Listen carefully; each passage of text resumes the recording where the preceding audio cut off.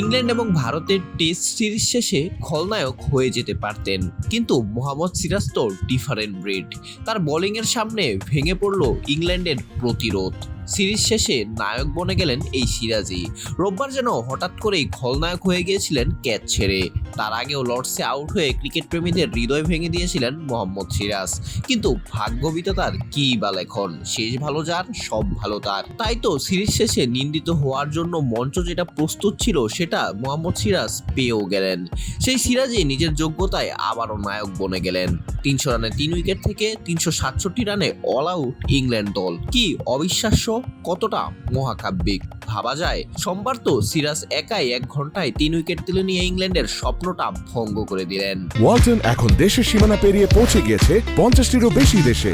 ওয়ালটন, ঘরে ঘরে বিশ্বজুড়ে। ওভাল টেস্টের পঞ্চম দিনে জিততে পারত যে কোনো দলই। ভারতের দরকার ছিল 4টি উইকেট, ইংল্যান্ডের সেখানে দরকার ছিল মাত্র 35 রান। এবং ইন্ডিয়াকে যিনি জয় এনে দিয়েছেন সেই মোহাম্মদ সিরাজ ম্যাচ সেরার পুরস্কার হাতে জানালেন নিজের প্রতি বিশ্বাসী তার সাফল্যের মূল কারণ। হ্যারি ব্রুকের ক্যাচ ছাড়ার পর অবশ্য সিরাজের মনে হয়েছিল হয়তো তারা আর জিততে পারবেন না। সেটা যে হয়নি সেটা ভেবেই এখন তিনি খুবই খুশি।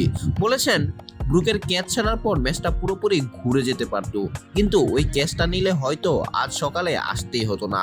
কালকের মধ্যে খেলাটা নির্ধারিত হয়ে যেত। যেভাবে হ্যারি ব্রুক আমাদের আক্রমণ করে চাপে ফেলে দিয়েছিল তার জন্য তাকে পূর্ণ শ্রদ্ধা।